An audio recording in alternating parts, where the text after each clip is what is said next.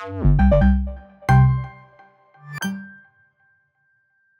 do you think it's like true that whenever Blizzard is in meetings and like they're pitching seasonal affixes, they sit there and they go, what is the best way that we can just screw over Melee with seasonal affixes? Because JPC has led me to believe that that is in fact the case.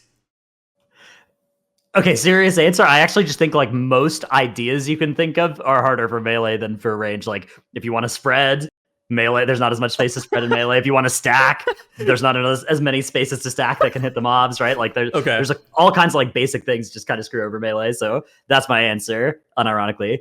I see. To answer in the spirit of the way you asked it, yeah. Heck Melee. Yeah, of course. So what we're talking about this week, Blizzard made a massive blue post talking about like the state of M+, kind of like the future of M+. We also have some stuff to talk about in regards to Thundering, which is the new seasonal affix. And then rated M+ item levels, we have like a chart that we're going to be showing, but that also got hit on in this massive blue post. Starting off at the top of this, though, I actually thought that this whole entire blue post was very interesting. I would recommend going and reading it thoroughly. We're going to kind of hit on the high points. First thing is the seasonal dungeon rotation, which is basically what Blizzard is doing is they have 4 legacy dungeons and 4 Dragonflight dungeons. And I mean, we've talked about this a couple times in videos, and they're rotating them season 1 to season 2 to season 3. And they're talking about, at least in this seasonal dungeon rotation thing, their reasoning. And their reasons are to provide M+ players with this sense of exploration and progress each season that raiders get to enjoy with new raids. They want to keep the level of effort required to get the best rewards consistent season over season, and to create a space for returning players to jump into M+, even if they missed a previous season. What are your initial reactions on the Dratnos? What do you think? Yeah, I mean, so this is largely stuff we already knew. It does seem like pretty reasonable logic as well.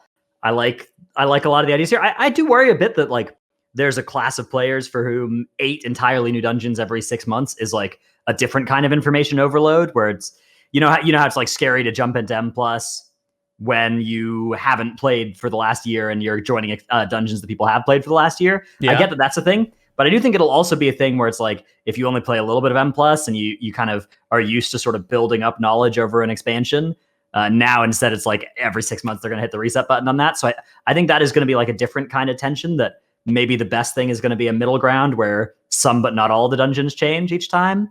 But still, I like the experiment here. I'm interested to see. So this part is keeping the level of effort required to get the best rewards consistent season over season. This is a very interesting just discussion point, because as we've currently seen it, every single expansion so far, we've had massive like dungeon level power creep, where a 15 and like the 0.0 patch is nowhere near what a 15 is on the final patch of the expansion. Right now, people are doing people did a 34 Streets of Wonder on live. People did 37s in TGP. Obviously, that's a different environment, but people did 34 on live. And at the beginning of the expansion, the highest level key that was done was like a 26 or a 27 for a lot of the dungeons. And so there is this massive power creep on like the effective level of the dungeons that they're going to be doing. And so I actually do kind of agree, though, that swapping dungeons in and out will, at least in some way, mitigate the level of effort required to get the best rewards and allow that to be more consistent. That also comes down to a little bit of tuning and making sure that the keys are appropriately like scaling. Yeah, absolutely. Definitely. I think a good goal to aim for, making the same number key mean the same thing always. Okay, we got seasonal affixes. You want to hit on these? You want to start on these, Dratnos? Yeah, this is a cool stuff, talking about what they like about seasonal affixes. They shake up gameplay, let them theme the season around the villain of the raid or whatever, and let them try new ideas, saying they can keep things that work well for future seasons while safely leaving behind things that didn't work. Something we haven't seen all that much of yet has really been any seasonal affixes influence being rolled into a future season, aside from arguably Emissary of the Tides becoming the Inspiring affix, which I wouldn't describe as keeping something that worked well for a future season, but I think that seasonal affixes just in general have been too difficult and too complicated to, in one way or another, kind of roll into a season. Yeah, like it's really hard to imagine anything except for maybe reaping to be like simple enough to put on the level 4 or 7 rows.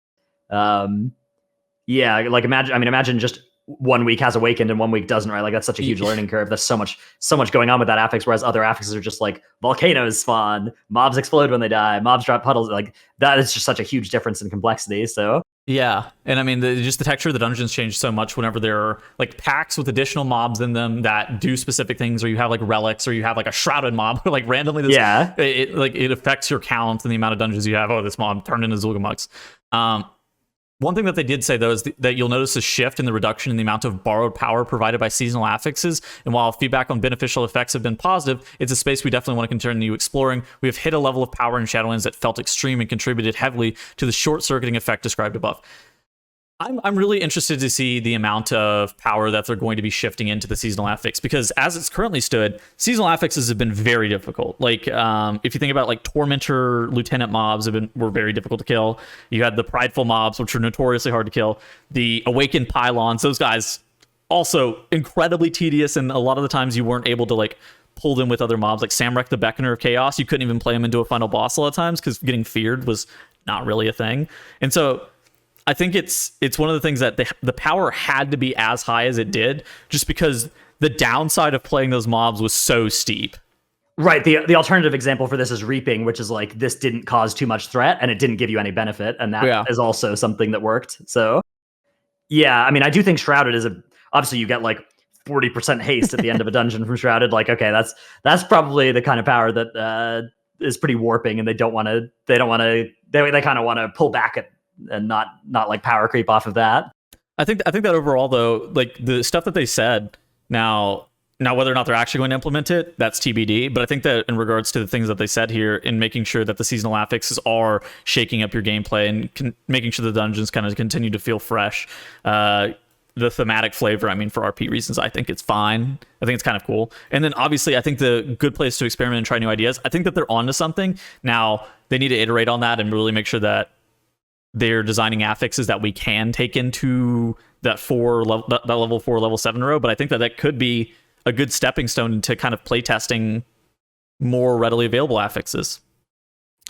Yeah, I do think that's a cool place. And I think that I'm actually pretty excited for the idea of like Dragonflight seasonals that are going to be like a little bit less intensive, because there's that dungeon rotation now that's doing a lot of that novelty work instead of the seasonal. Okay. Rewarding dedicated M+ players. This is what I think that this is the bread and butter here. Yeah. The best part of this post, and I think it actually ended up confusing a lot of players on first read. And so let's kind of explain this. So first off, Keystones, starting at Keystone level 11, we're going to be increasing the rate at which enemies gain health and damage, which each subsequent key level from 8 to 10%. We'll talk about what this means in a second. Second, we're adjusting the item level of gear rewards both from end of run chests and from the Great Vault, and then scaling their item level growth up to Keystone 20. In addition to that, they also added some different Valor tiers. Let me just zoom out of this real quick. Actually, no, we have a better chart for this that Squishy made. So on Wowhead, they also made this like pretty good condensed chart for what these things mean in regards to item level and how this is going to affect the average player. I think that this is super interesting because now Blizzard is allowing players to get a lot closer to max item level. And obviously, it's going to be coming. A lot of it's going to be coming from the Great Vault, but I think it's a step in the right direction for allowing players that only do M+ to have gear parity to players that also do raid or do multiple forms of content. Yeah, specifically for players that do higher than 15 keys, right? Players that are there have been a lot of players, in like this season that have been doing like 20s, 24s, that kind of stuff. Worth noting that this season's 20s and 24s will probably. My guess is that number will. Like if you're doing 20s now, I think that you'll find 20s hard even when you're geared in Dragonflight Season 1, I think, because I think they're probably going to want to pull the numbers down a bit on the key levels from this season. But still, if you're a player that's like able to push keys and push above 15, this represents a pretty sizable buff to how much item level you'll be having. The Valor upgrades working up to 415 as well is another nice little buff to that. So basically what this means for players, so 415 is the equivalent of, and it's titled low mythic. What low mythic means for those who haven't like poked around on the beta a bunch, there are the first 4 bosses of the raid have this 415 item level drop. Then the next 2 bosses of the 8 boss raid drop at 421 item level, which is notated by mid mythic here. And then the final 2 bosses of the raid are dropping this 424 loot, which is notated as high mythic. And so the Great Vault giving that 421 and then being able to Valor up 415s. I think that Valoring up 415s is crazy high amount, especially obviously 2400 not going to be something that's super easy. Keystone Master was 2K, and that was all 15s out of 8 dungeons, and so 2400. That's probably gonna be. What do you know what that should be? Is that close to 20s in every dungeon? Let's see. Out of 8 dungeons, 2400. It's probably a little bit below 20s in every dungeon, isn't it? I feel like that's high. It's about 20s, I think. Yeah. Okay. Because 2K is 15s, right? Yes. Yeah. And then I think it's about 100 points per level after that, right? No, it's a little bit more than 100 points per level. Yeah, so probably like 18s or 19s or something. Yeah. Yeah. Okay. So I think that being able to Valor stuff all the way up to 415 is going to be really interesting. And then for the average player, they should just have more competitive loot, you would say, right? Where I think that sometimes people were looking at this and they thought that their loot was going to get worse. But your loot, if you're just an M+ only player, should be more competitive, shouldn't it? If you're doing 15s, your loot's going to be the same, basically, relative to raid players. You're going to be worse relative to players doing higher M+ than you. Okay. If you're a player that, like, so there's a pretty strong incentive to, as soon as you can do 20s, do 8 20s for your vault as well, which may be a pretty steep ask early in the patch. So I think there's some reasonable complaints there, especially like, if you're a player who's just been feeling unrewarded from 15s and doing 15s, this doesn't change anything about that, right? But yeah, if you're like an M+ only hardcore M+ player and you just feel like there's not a heroic to mythic jump in M+ like there is in raid, that's kind of what this is adding now at that 15 to 20 level. Okay, so let's I just snagged this. Let's talk about what the Keystone level 11, we're increasing the rate at which enemies gain health and damage from each subsequent level. What does that mean in regards to playability? So WoW had provided this great chart talking about like what the key scaling differential is going to be. And let's just look at it from here, from 2 to 20, and how that ends up looking. So at 20, you're going to have the difference is going to be 300% to 380%, which is going to be about a 22.5 in regards to Shadowlands like Keystone notation. I think that this is a bit misleading, and it's not. And it's misleading in the sense of a lot of this is predicated off of like what M0 scaling looks like. So whenever you think about it in regards to the dungeons that we have in season 4, people are able to do 34s or whatever. And the scaling, the dungeons technically should be 2.5 or whatever it was, like 3 key levels harder than what we had last season, right? Because they reduced it at the beginning of the season. But you see players are doing higher levels of dungeons than ever before, and that's just because their damage has been scaling faster than the mob HP. And so a lot of this scaling stuff is predicated off of how much HP the mobs have and how much damage the mobs are doing. And so I don't think that, like, while you will notice a higher degree of difficulty going from one key level to the next, I don't think it's something as simple as like, oh, a 20 in Dragonfly is the exact same as a 22.5 in Shadowlands or whatever. Yeah, it's like if 10s were the same, or what, right, zeros were the same, then that would be true. But the point is that the big point is just that there's more jump between each key level, right? So yes. Like that experience of I go from one key level where it's pretty easy to one key level where it's pretty hard is going to happen more often, right? Rather than like the key levels feeling kind of like a small gradual slope. One of the words that Blizzard kept using in this post was progression. How do you feel about the sense of progression that Blizzard is looking to achieve and looking to aim to make players feel as they're going through these dungeons? Do you think that this is like something that they should be looking to do?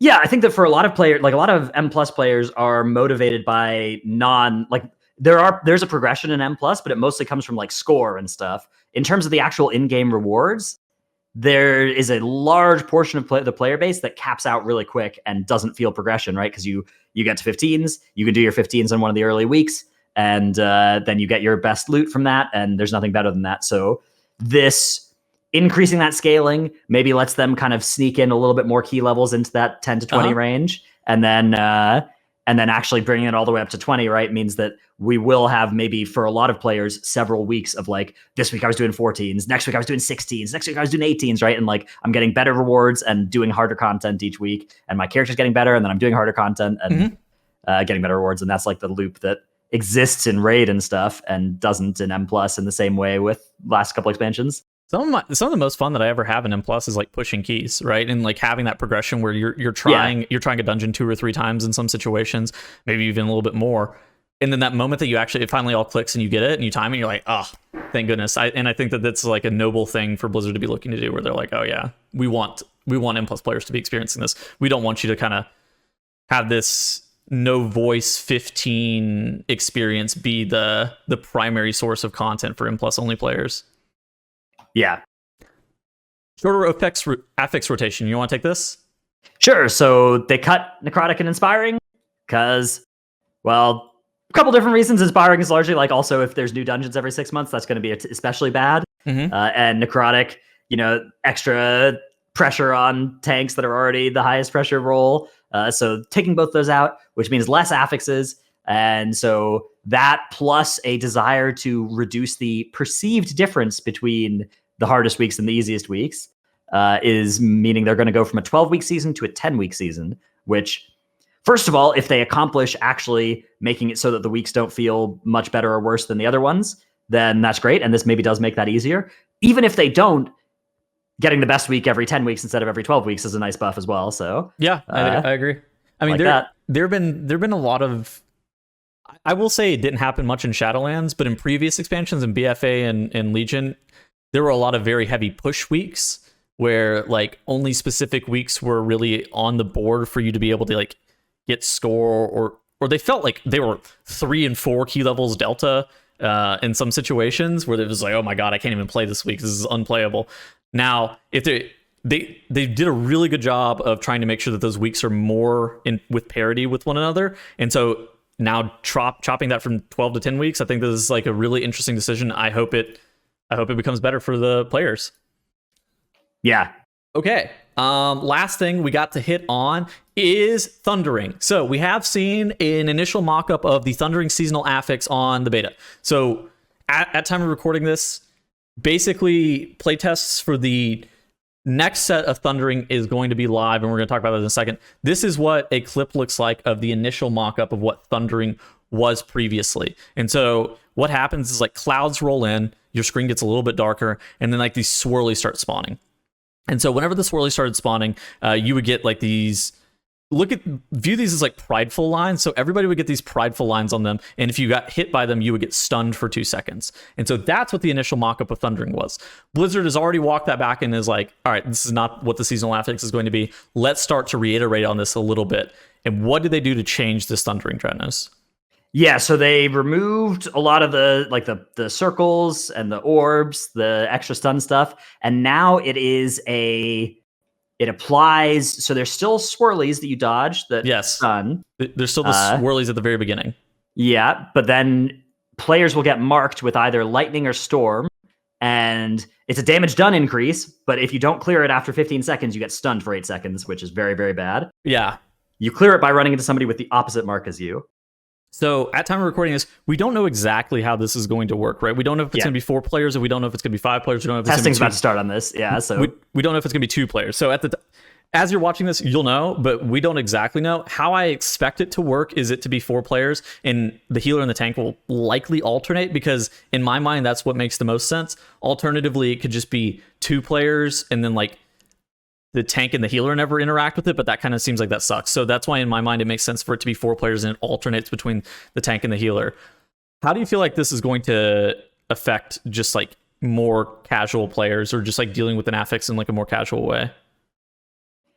Yeah, I mean, I still feel like this affix is kind of, at least it reads kind of weird and bad. Okay. So I don't feel like it's going to be all that fun to just do this over and over again and like, get a buff, wait 10 seconds, clear with somebody. Like, I feel like it's not like a particularly engaging or interesting affix that it doesn't give you a 15% bonus damage isn't something that you'll really feel either for having it up for like 10 seconds and then clearing it. But it'll still feel kind of bad to clear it too early, but it'll feel very bad to like get a mechanic and then fail to clear it because you were milking it for the 15% bonus damage, right? You'll feel so stupid whenever that happens. So I don't know. I kind of think this should go back to the drawing board again, but I mean, we'll play it this weekend and I'll have a much more informed opinion than I do before I play it. So something I'm really interested to see as well is like how it's going to feel being on a global timer. So the old Thundering and assumedly this new Thundering, both of them are on global timers, meaning that they aren't contingent at like checkpoints in the dungeon. They're not coming out at specific trash count threshold, anything like that. And so kind of similar to quaking, they just proc at variable times while you were in the key, and then you start to have these mechanics dealing with. Now, for the dealing with the mechanics, we saw a lot of people complaining about the initial mock-up of Thundering. Whenever you would overlap with like trying to do specific boss mechanics, it was kind of annoying. Now, at the same point as well, making sure that you're able to keep up the damage buff, or at the same point, if you like high roll and you have this this come out at a good time as well, it could make a large difference in what you were going to be able to do in the dungeon. So like imagine if you got it on Hakar right as that blood barrier spawned or whatever, and you were able to use that to be able to break the blood barrier. That would be sick. But imagine the run next is like it's not even close. Or you get the swirlies during the blood barrier. Now you're having to dodge blood barrier swirlies and the lightning swirlies. So there's definitely some give and take there. Yeah, definitely. I'm just glad to see them iterating so rapidly on this, and I'm sure if that continues, we'll land on a great final product. Okay. Anything you have to say about this lastly before we go? That's it for me. Alcathar Academy testing is probably live at the time of us releasing this video. So if you want, go test M+ on the beta if you do have access to those. Beyond that, we'll see you guys in the next video. I hope they release more information about M+, and we will see you guys next week. Adios.